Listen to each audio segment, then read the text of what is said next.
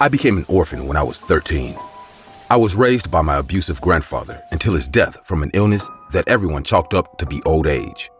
When he died, I got pulled out of my abusive home and tossed into an equally abusive orphanage. It was one of those religious institutions that claimed to spread God's mercy to the homeless teens of the world for nothing in return other than tax exemption. And because they were so religious, people on the outside thought the nuns, acting as caregivers, must have been good people when they were anything but.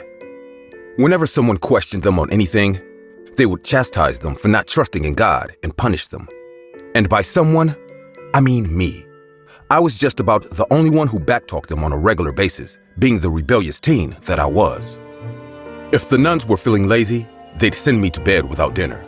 Though considering the questionable quality of the stew they served, that might have been doing me a favor.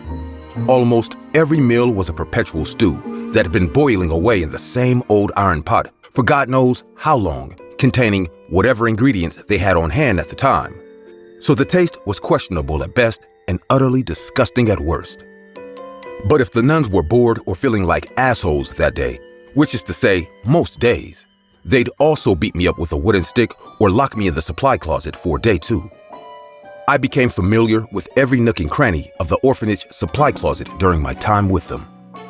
Most of the other kids at the orphanage had been living there all their lives, so they thought that all the cruel punishments were perfectly normal and warranted for an ungrateful brat like me.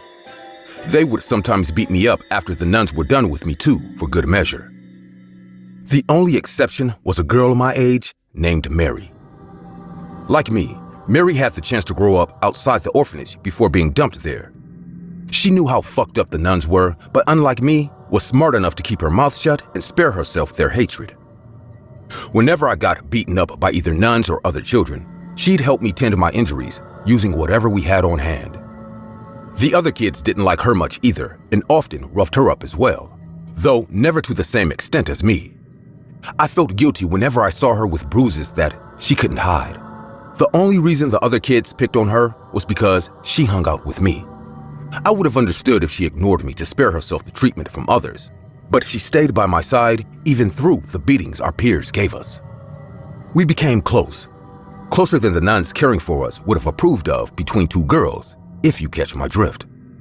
Of all the shitty experiences I have of that damn orphanage, there is one memory that I still hold dear. Mary and I helped each other climb up to the roof of the orphanage one night while everybody was sleeping. Once there, we laid down on our backs on the tiled roof and watched the stars together. It was a cherished moment of peaceful calm in our chaotic lives. Our hands were intertwined as we tried to make out the constellations in the night sky. I wasn't very good at it, but I didn't care because I got to spend time with the person I love. That must be Orion's belt, and that's Ursa Major. And that one's our zodiac sign, right? Yep, Gemini, the twins.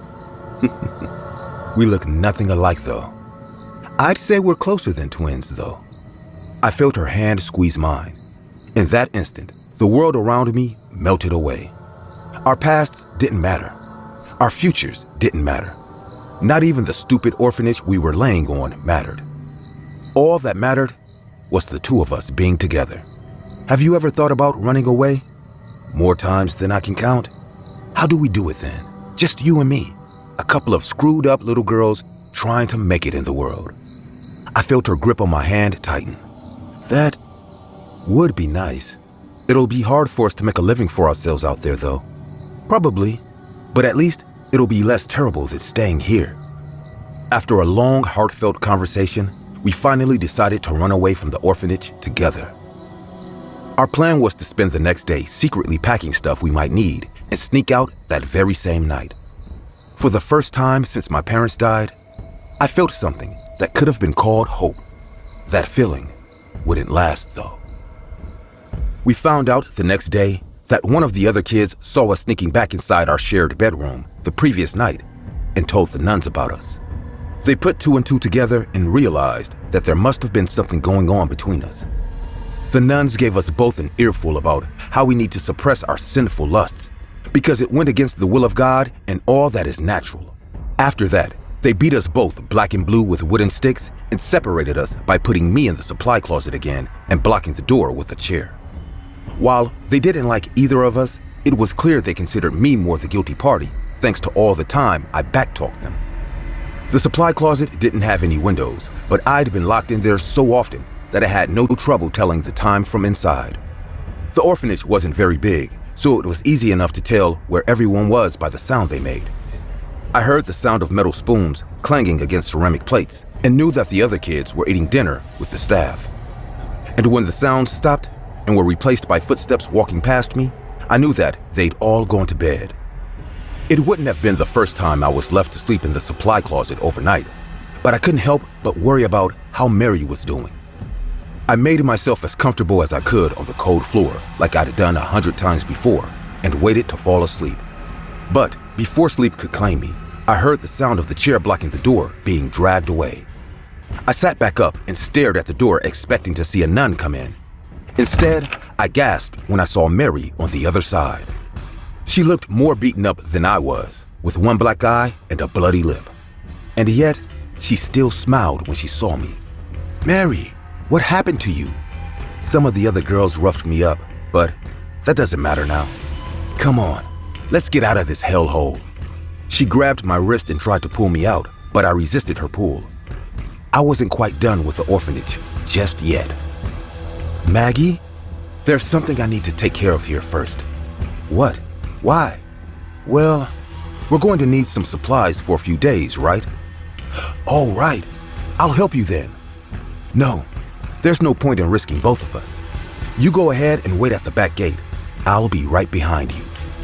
It took some convincing, but I managed to get her to leave me behind for a while.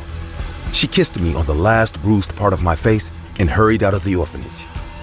I let out a sigh of relief. Mary was always a kind girl. She didn't need to see what I was about to do.